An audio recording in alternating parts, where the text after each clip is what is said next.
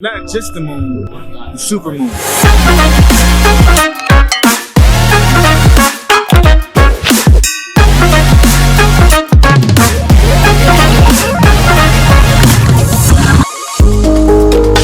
Welcome back to This Week in Crypto, your favorite crypto news show. So today, again, we're talking to Elena Obukova.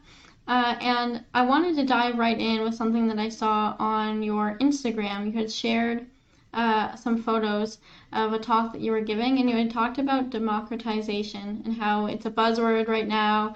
But you also shared about how some social platforms kind of like prevented you from talking about that. So could we first hear about that? Because I think that's really interesting. Of course. It was actually a really funny story, and I was just talking about it at the Bad Crypto podcast.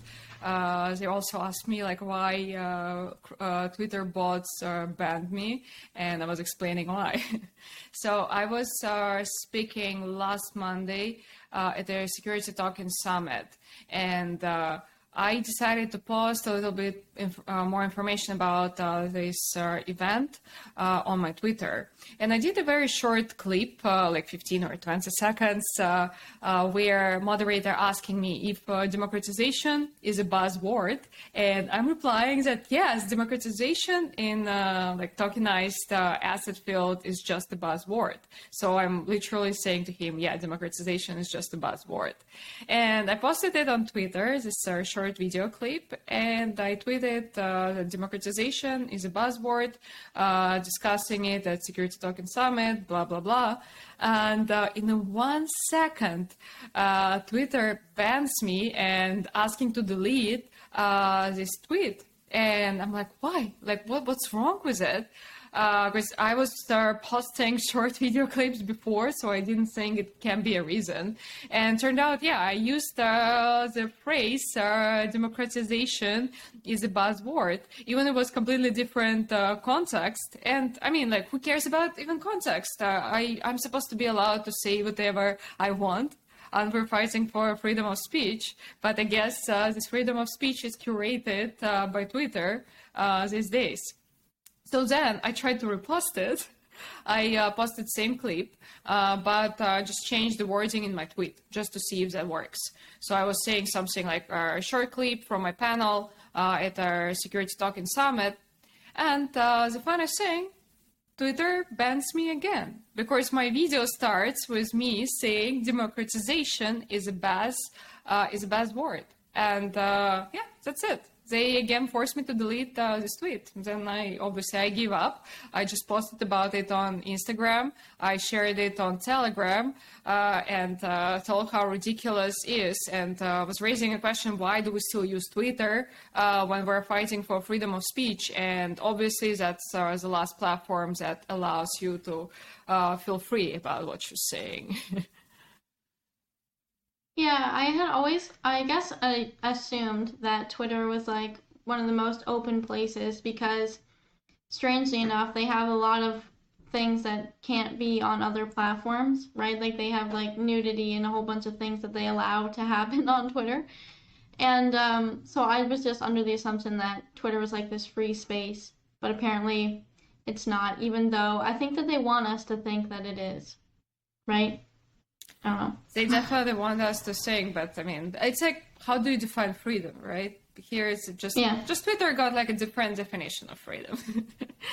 So in other news, I wanted to start off with something fun. So I saw that Grimes, she's like one of my favorite music artists. I just absolutely love the way that she does everything. Like she did everything herself, from her album cover art to making the music to putting the music out there. Like she did it all to begin with. So she had partnered with Snoop Dogg, and they put out an NFT, and it was an exclusive NFT through Zash Global, but they did it with like drones. So they had a bunch of drones during a concert, and they like put this NFT, this Bored Ape NFT, up into the air for everybody to see.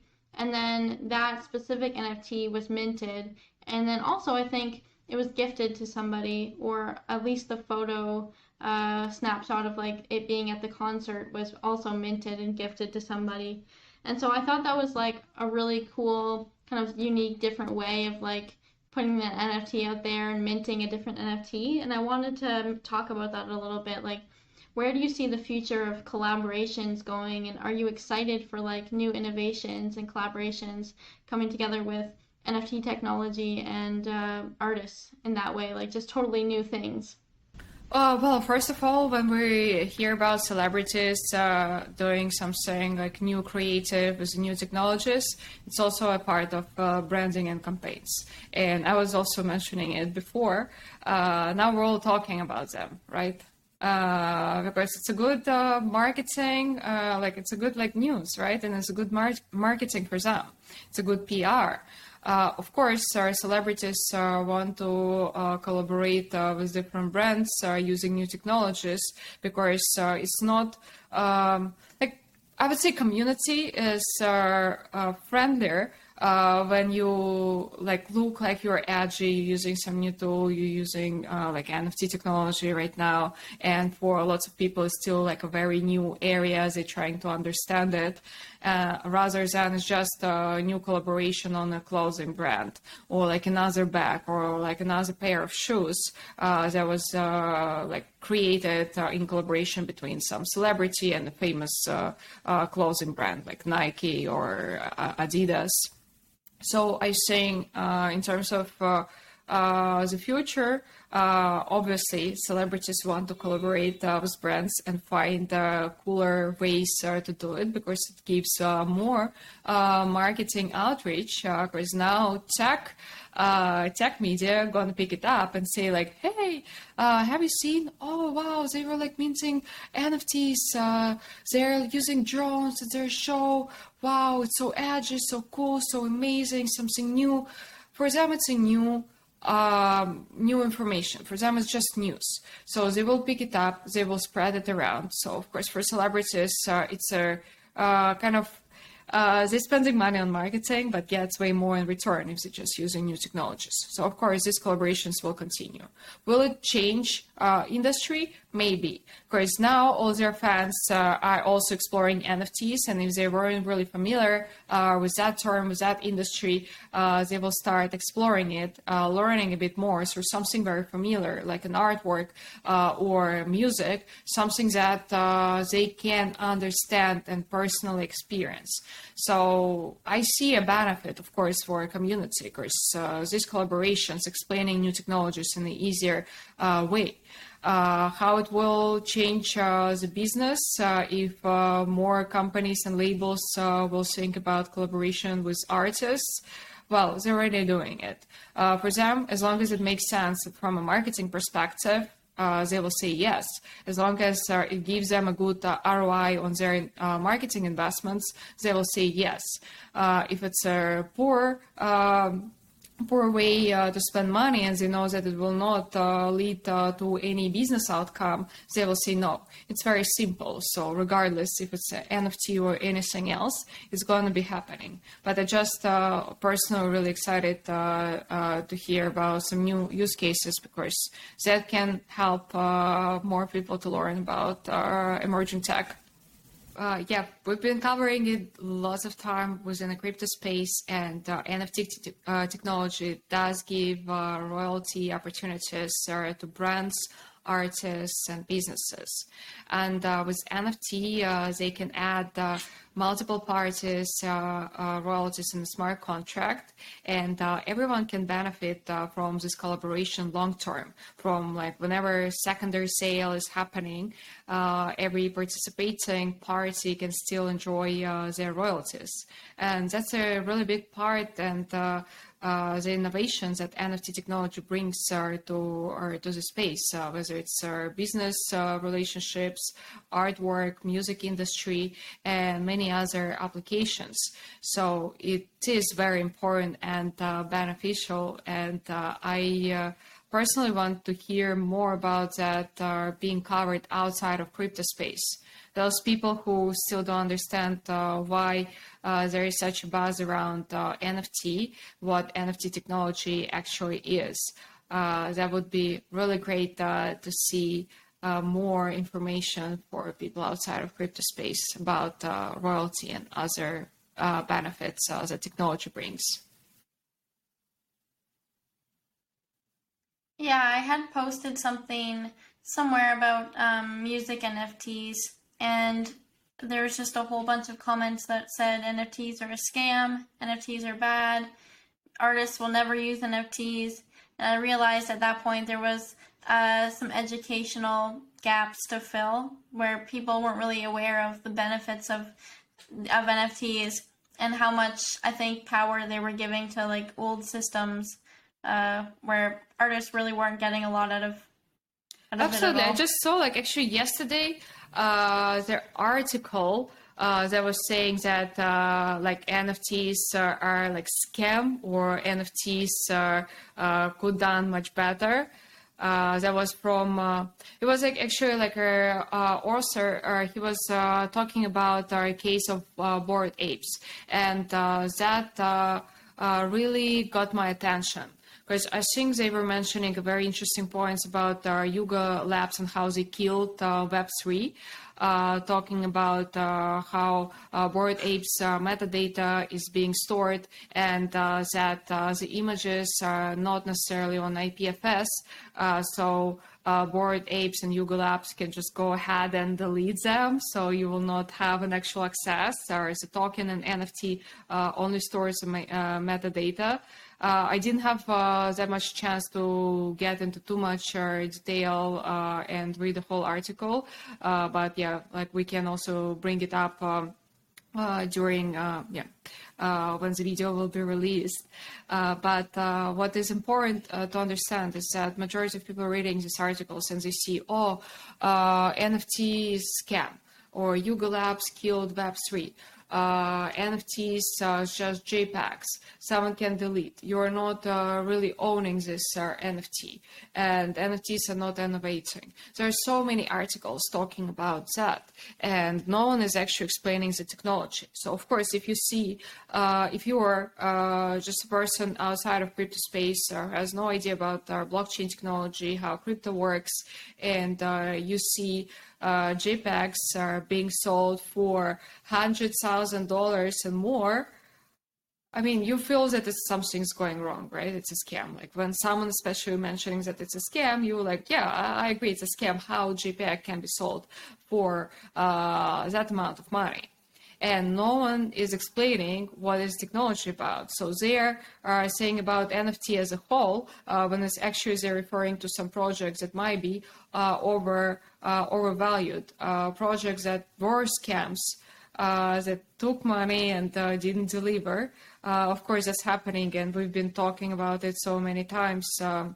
That it's normal for any industry. The only thing, you cannot say something like that about technology because technology itself didn't do anything bad. Technology is just there to facilitate. People are using technology wrongly. People are the ones who are turning technology and using it for their scams. Technology can never be a scam. It's a technology, it's a tool. You cannot say that, I don't know, like a bottle of water is a scam. It's not, it's something you are using. You cannot say that the computer is a scam if some project, I don't know, like some brand created a laptop, raised money through, I don't know, crowdfunding platform and never delivered. It's not a computer that is scam, right? It's not a laptop that is scam. It's just that particular brand in the project is a scam because it never delivered. So we cannot talk about technology from that angle. That's what we need to understand. We need to separate technology and projects, certain projects in a space. I think that's a really interesting conversation. I think that's something that could be a larger conversation, and maybe we'll have to do that, during another talk or during Twitter space or something like that. But I think that's something that's definitely needed. And not to jump on that same thing, but I did have a topic to bring up with Bored Ape NFTs and Seth Green. And so Seth Green is was the creator of Robot Chicken. It's like a cartoon show and like a number of other shows, and he was in a bunch of movies. And so he had a Bored Ape NFT, and he was going to make another show with that NFT, and he named it Fred. And apparently it got stolen through a phishing scam. And so he said that he had worked for like several months to bring this show, and now he can't do it. And the new owner of the NFT, I have the name here. So there's a new owner called Darkwing84, owns this NFT now. And Seth wants to have his NFT back. And I was just wondering, like, how does that work? Is there any way that Seth could get his NFT back if it was documented on the blockchain that he owned it? Or, you know, like, what steps are needed there? And, like, how do you see that going in the future for stolen NFTs? It's a really complicated question, and it covers several parts here. How are we willing to deal with the regulations? Do we want to have more regulations? Do we want to have systems that protects us? Or do we want to learn how to protect ourselves and just make sure this kind of situation is not happening in future? I personally are believing in the second approach, explaining, teaching our people and learning by ourselves how to take custody over our assets, whether those are crypto assets, NFTs, or any other possessions that you have. Like when you have a custody over it, it's very hard for someone else to take it from you. And of course, we're all using laptops, smartphones.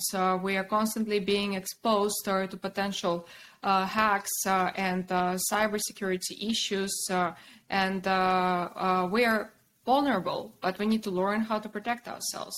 And that's a thing, like a very, very deep question that obviously like we can discuss for another hour, and I'm not going to be delving into this topic.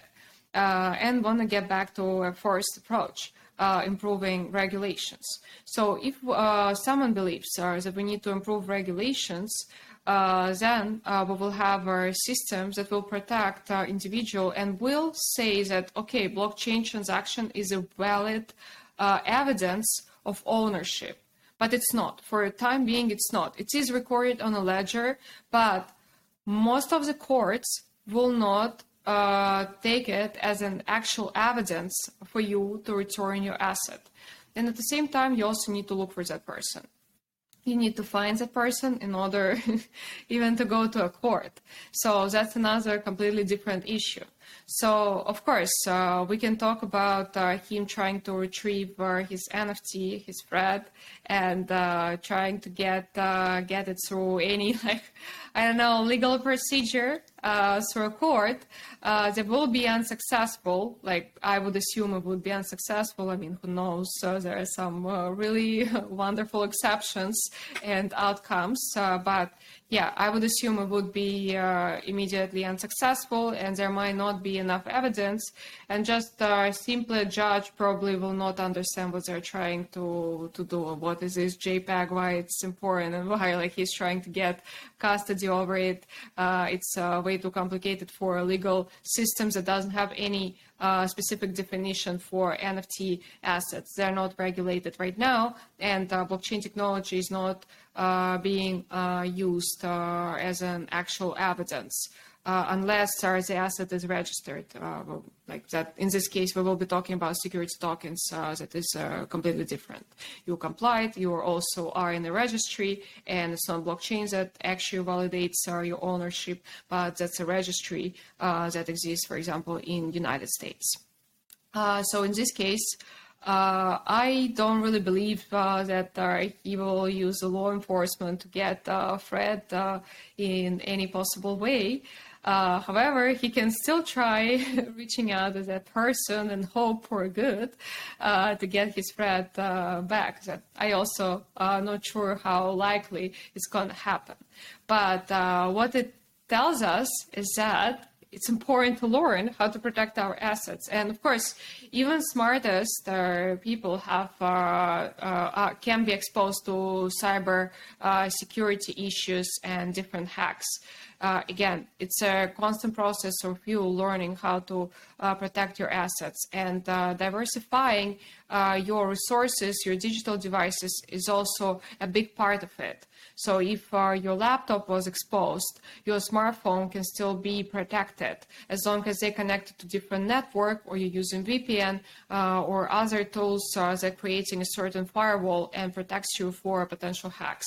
So learn how to protect your data. I'm definitely not a good advisor here. I do have a background in data science, but I'm not working in the cybersecurity.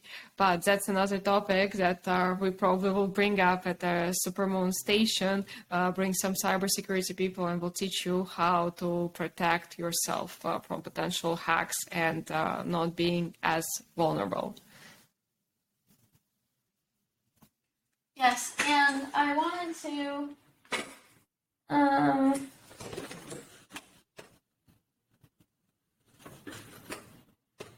okay, sorry, I'll cut that. But I don't have the book here. But I will say it's probably laying around somewhere. But after I started working and speaking to Elena, each week, and she was talking so much about protecting your data and learning, like starting to educate yourself, I actually bought this book called Social Engineering.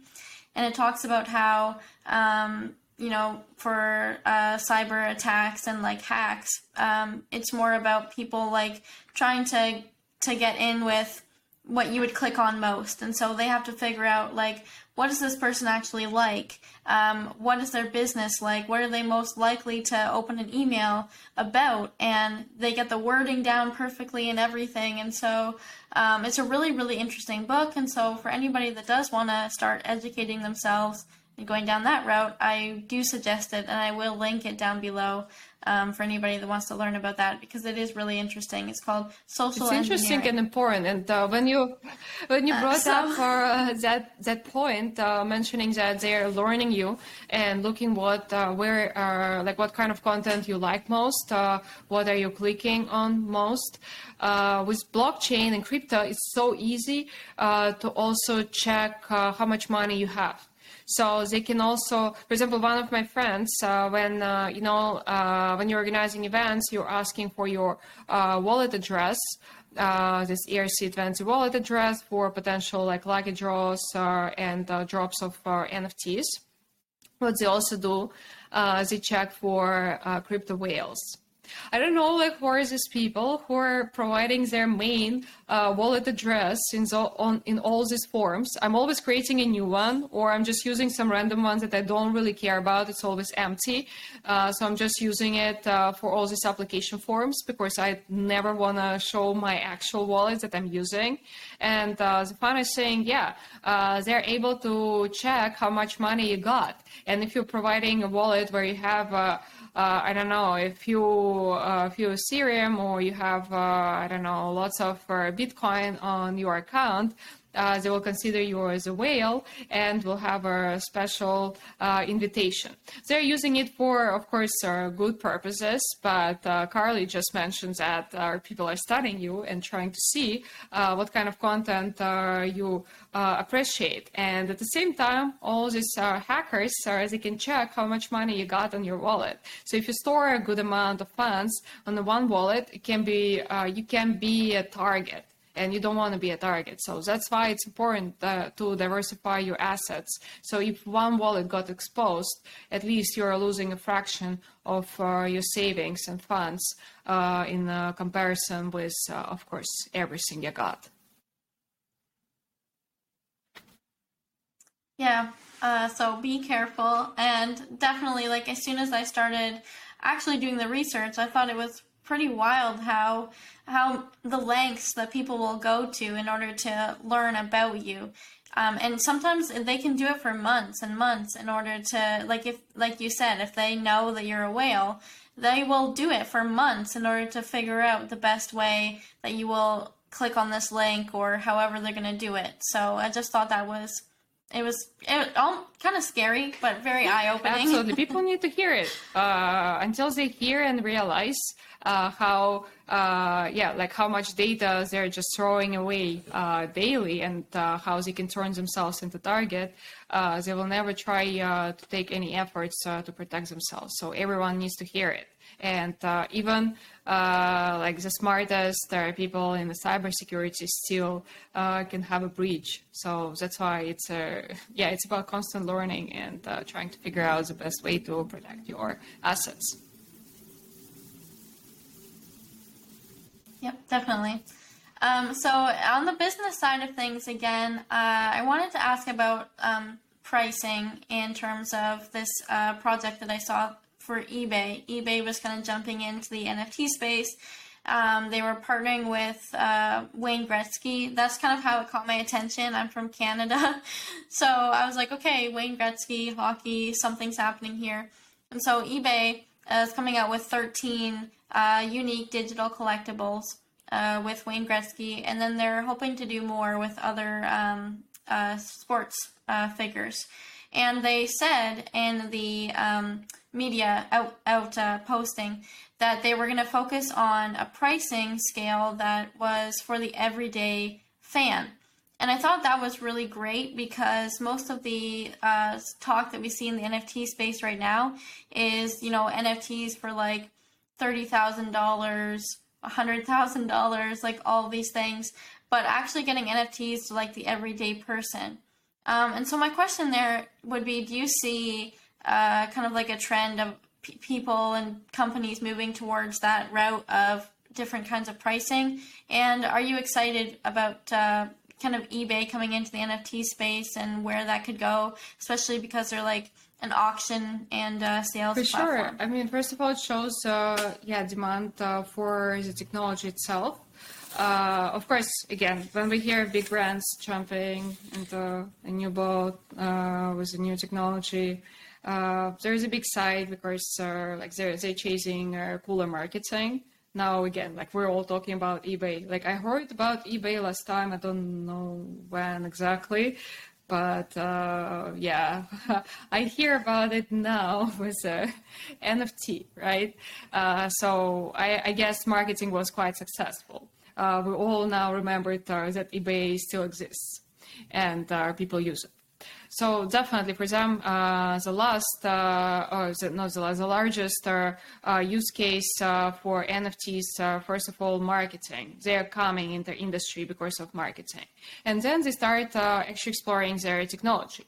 And when you're asking me about businesses using NFT technology, I do think industry becomes smarter. So I gave already example of my company, Flashback One, that is using it for loyalty programs, memberships, and tickets. So we can validate the authenticity of every single token. So if you're buying ticket, you're not going to be scammed on both sides. Organizers not going to be scammed by potential attendees who can forge the tickets. And at the same time, people are not going to be scammed by fake organizers or someone trying to forge tickets and sell it as another ticket. So we are protecting both consumers and merchants. And it gives also larger opportunities from a royalty perspective, because all these brands can now add royalties, and whenever another transaction, secondary transaction is happening, they can still benefit from this collaboration.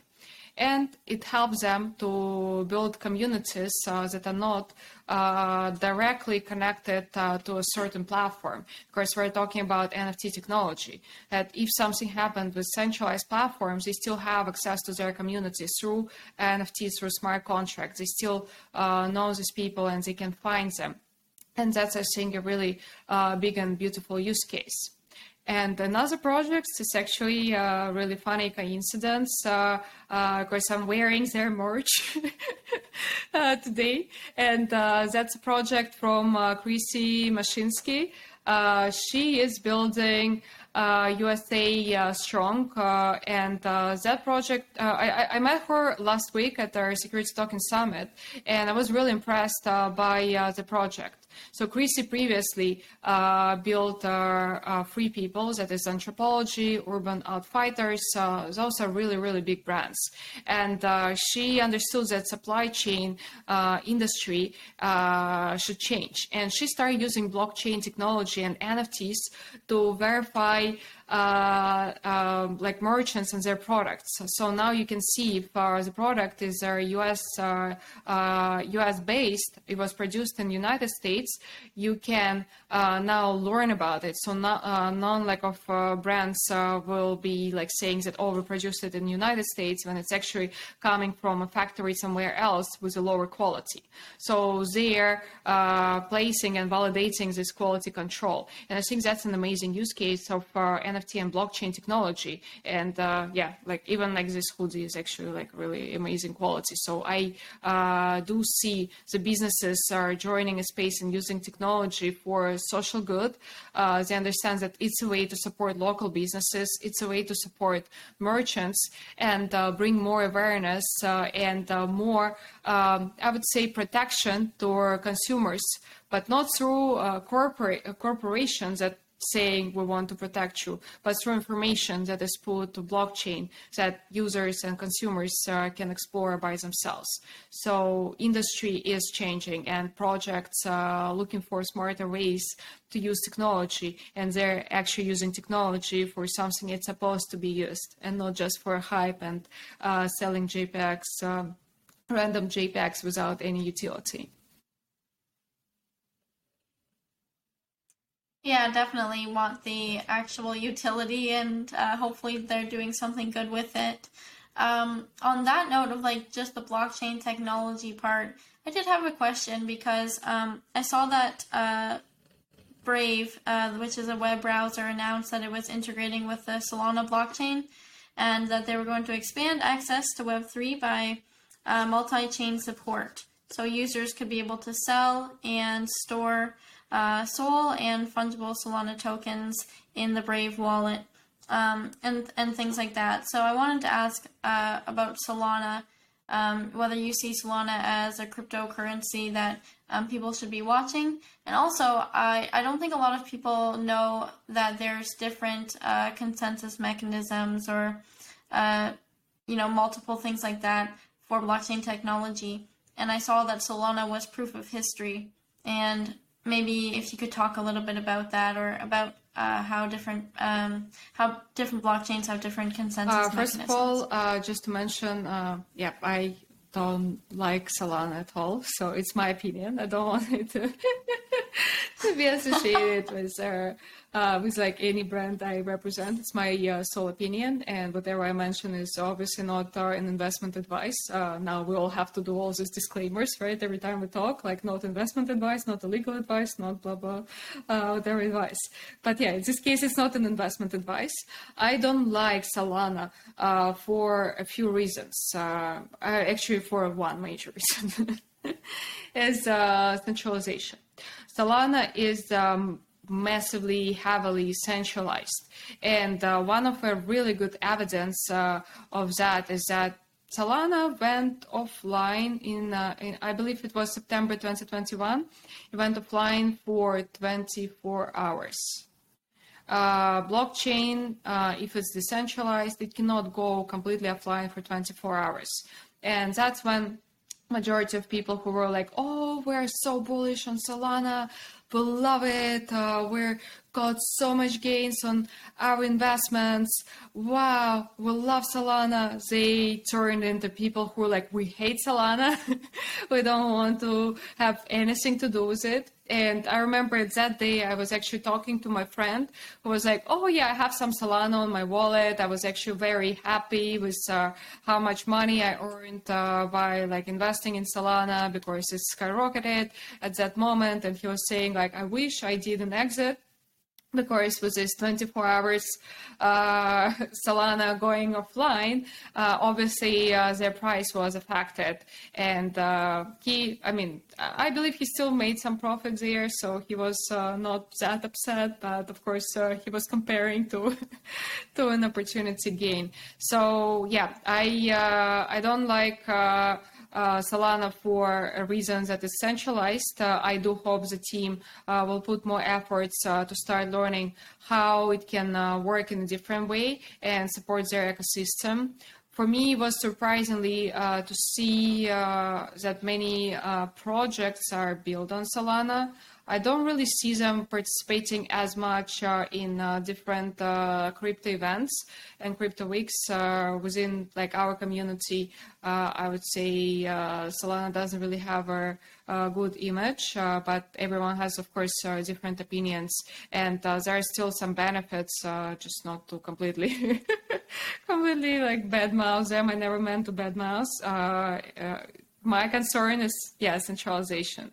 I still feel, I mean, I support every project that is trying to build something for a community. They build, it's hard for me to say blockchain because, again, of centralization aspect, but people call it blockchain. And Solana is still being used as a major ecosystem for other projects. And they do have a very fast transaction speed, low commission, that is important for builders. And if we're talking about other blockchains, some of them have a very low speed or high transaction cost. Ethereum, for example, now it's nearly impossible to build any sustainable project in a real-world application. So let's say ticketing, right? How can we sell a $20 ticket with $70 gas fees? Of course, it's impossible. So all blockchains have their own benefits, and I think we will put together maybe another panel or conversation where we will cover benefits of all of them. I don't want people to have one-way one-way information, and yeah, again, not investment advice. And yeah, I personally have this opinion because of centralization. Well, thanks for sharing your opinion. I actually really love when you do that. I was listening to the music, Building Your Brand in Music NFT panel that was posted on the Supermoon Station YouTube channel. And I watched a part, somebody had commented and left like the timestamp. And I watched when you said, I don't really like the IP protection debate. I think that the best way to build or to protect your project from being stolen is to build a community. And I was like, yes, like you need to say those things because it's so important. But, you know, sometimes you like rock the boat with what you're saying, but it's true.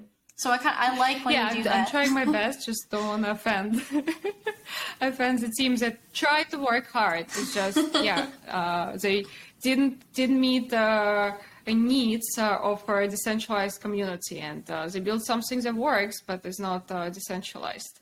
Same way as I don't believe in IP protection because I don't. Some projects still applying for it, and it still has their legal weight when you're trying to get like to prove your rights at the court.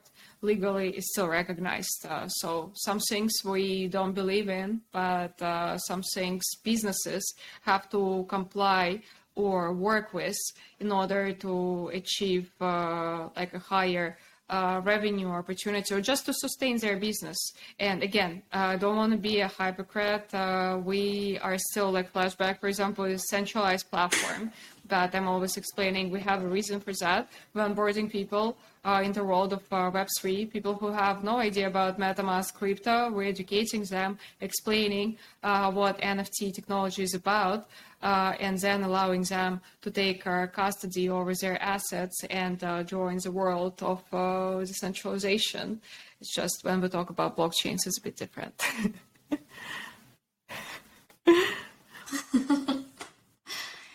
So again, I wanted to ask your opinion on something else in the news, which was that Turkey was crafting legislation that would establish greater control over the crypto market, potentially imposing a tax on some crypto transactions.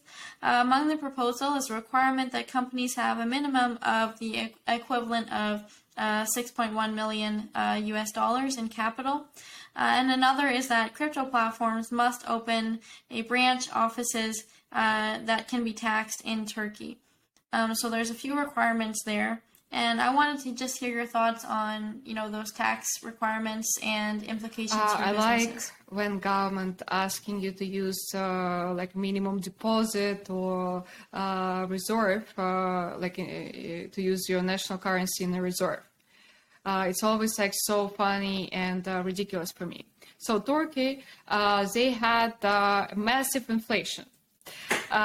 They also had one of the largest adoption of a cryptocurrency in the world. And if you look at the data, you will see you will always see a correlation between economies where national currency experiencing a major shocks, where people are going through hyperinflation or at least increased inflation.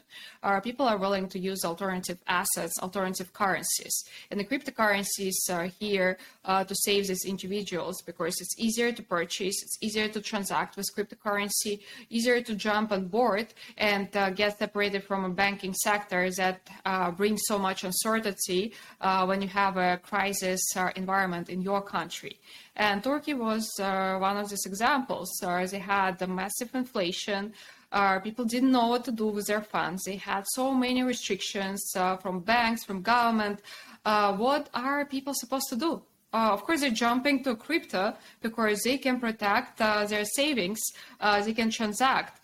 Same way when we had a situation right now with Russia being completely disconnected from a banking sector, and small businesses couldn't transact with Europe, and Europe couldn't transact with Russia. And for many businesses there, that was a primary market.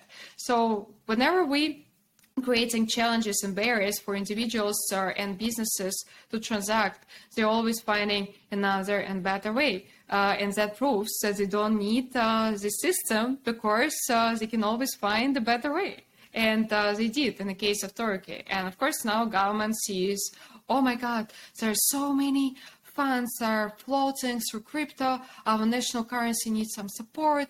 Let's require them to have minimum reserves in our national currency. Why?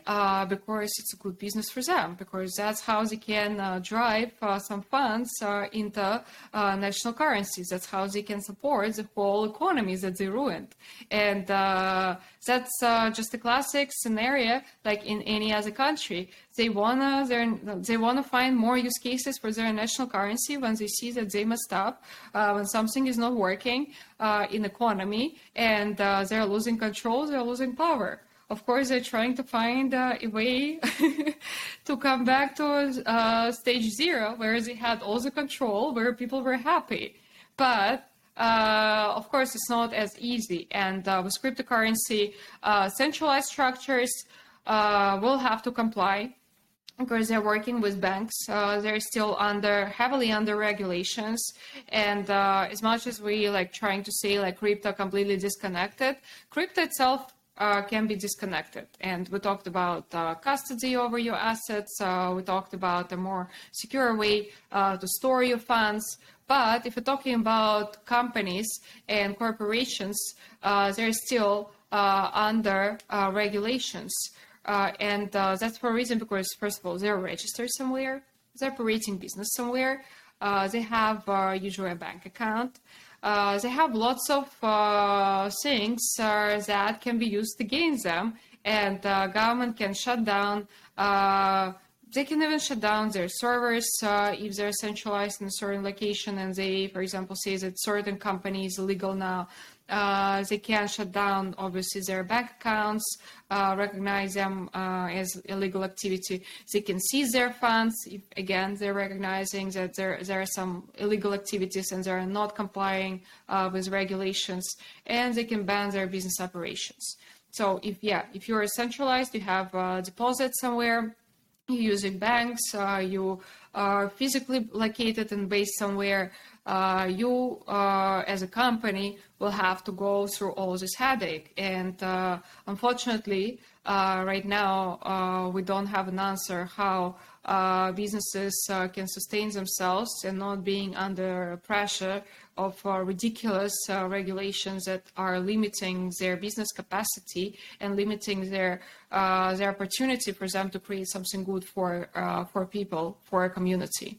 Of course, obviously these structures don't really care about societies. They care about their wallets, their power, and that's a part of our human nature, unfortunately.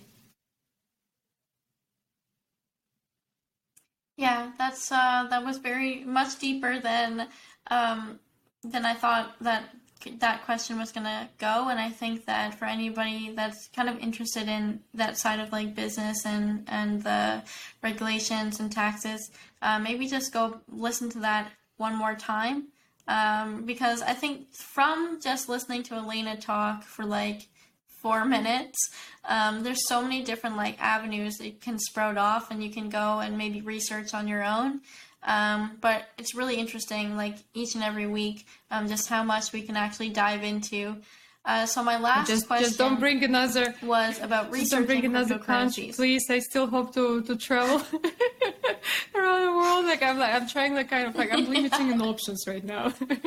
I still hope I can visit Turkey. There are a few places there on my list. So didn't mean any bad, but in general the situation is like that. Sorry guys. Stop doing harmful stuff to business and people. Try to find their way to sustain economy in a beneficial way for citizens and local businesses. It will actually benefit you more. Yes, yeah, I think that's so funny. Yeah, because of, like, you've lived in like 9 different places. You're traveling around. You're talking to governments. Unlike. So, but keep speaking. Yeah, I'm talking to governments that I think doing good and supporting people and businesses. They're always, and I mean, we can talk about also just to give additional disclaimer. People tend to judge specific individuals in the government system, and we can blame them for some decisions, but it's always bigger than that.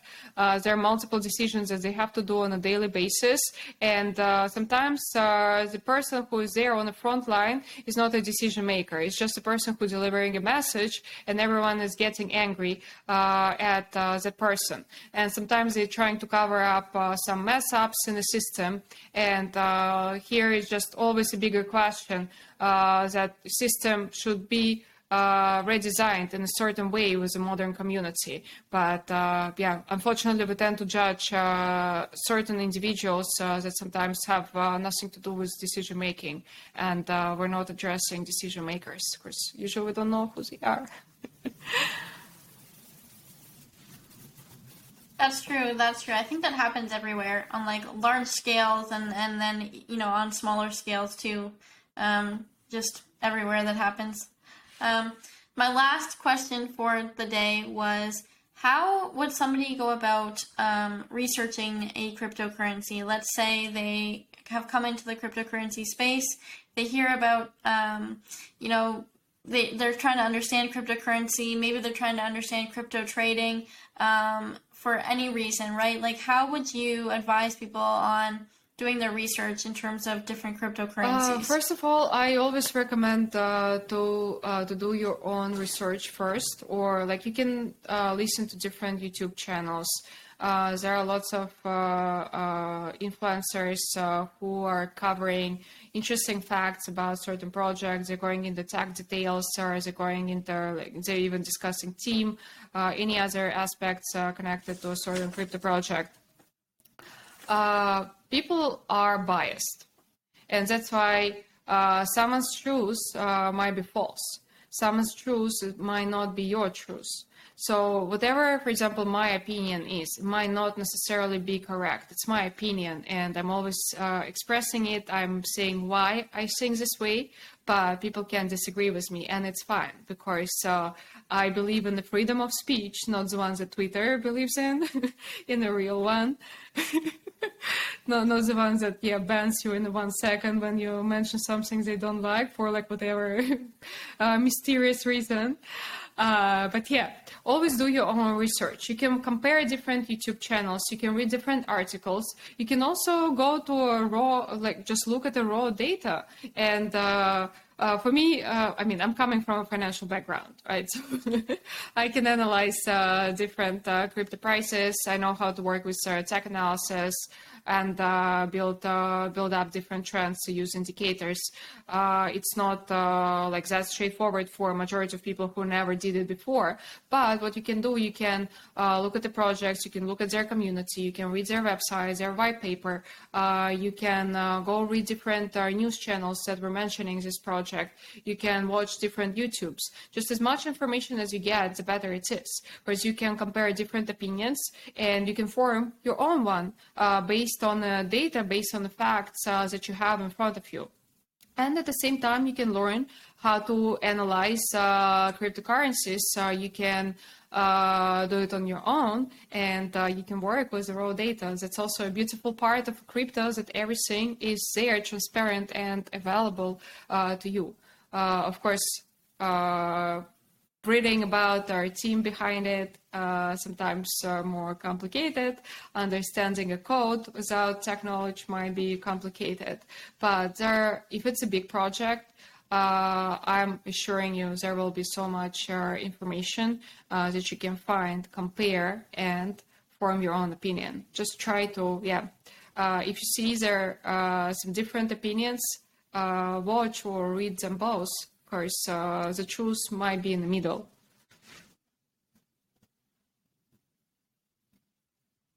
Yeah, that's great advice. I think that especially for people coming into the space, it can sometimes be overwhelming, but hang in there. It gets easier. You'll start to understand more, and you can start to come up with your own way of researching and find what works for you. So yeah, those were all of the questions that I had today. I wanted to say thank you. Every time I talk to you, every week we talk, I learn something new. There's always a new rabbit hole for me personally to dive down, and I feel like everybody that listens probably has that same experience. And I did just want to remind everybody that whether you are watching this on YouTube or on Rumble, we also have the Supermoon Station podcast, and our podcast is on Spotify, it's on Amazon Music, Google, Apple, so wherever you listen to podcasts, it's there. And if you know of an app or something that you listen to podcasts on and we aren't on there, please do leave a comment so that we can put our podcast on there as well, so that you have an easier time listening. But thank you so much, Elena, for being here again for This Week in Crypto. There's always so much information. Thank you so much, everyone, and see you next week.